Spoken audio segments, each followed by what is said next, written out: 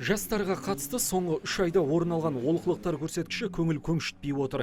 Мәселен, жыл басынан бері 64 жасөспірім тәртібі қиын бала ретінде тізімге алынған. Жайсыз отбасыдан 30-дан астам бала тіркелсе, сабақ кезінде көше кезген оқушылардың саны 40-қа жеткен.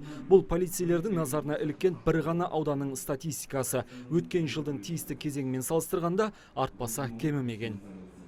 Көп жасөспірімдер ата-анасын алдау мақсатында сабаққа келмей қалады. Мен сабаққа кеттім деп, мысалы, игротекалар және де достарымен басқа жаққа кіріп кетеді. Сондай мақсатында сабаққа келмей қалады. Сол мақсатта кейін ата-аналар осы жағдайда хаттама толтырған кезде біліп атады.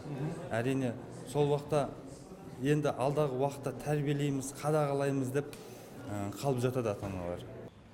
Мамандар жастар арасындағы қылмыстың алдын алуда ата-аналарға айыппұл салумен ғана шектелмейді. Сондай-ақ түнгі мезгілде 18 жасқа толмаған балалардың көше кезуіне себепші болған ойынханалар анықталған. Атап айтқанда, тиісті талапты сақтамай, заңға қайшы жұмыс жасаған қаладағы 4 ойынхананың қалтасы қағылған.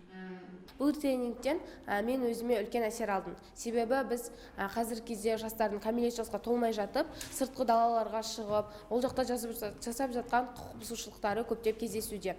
Бұл тренингтер біздің осы құқық бұзушылыққа қарсы жөнінде айтылып, сол бұлай істемеу керектігі және де өзіміздің құқықтарымыз бен міндеттеріміз туралы көптеп айтылды.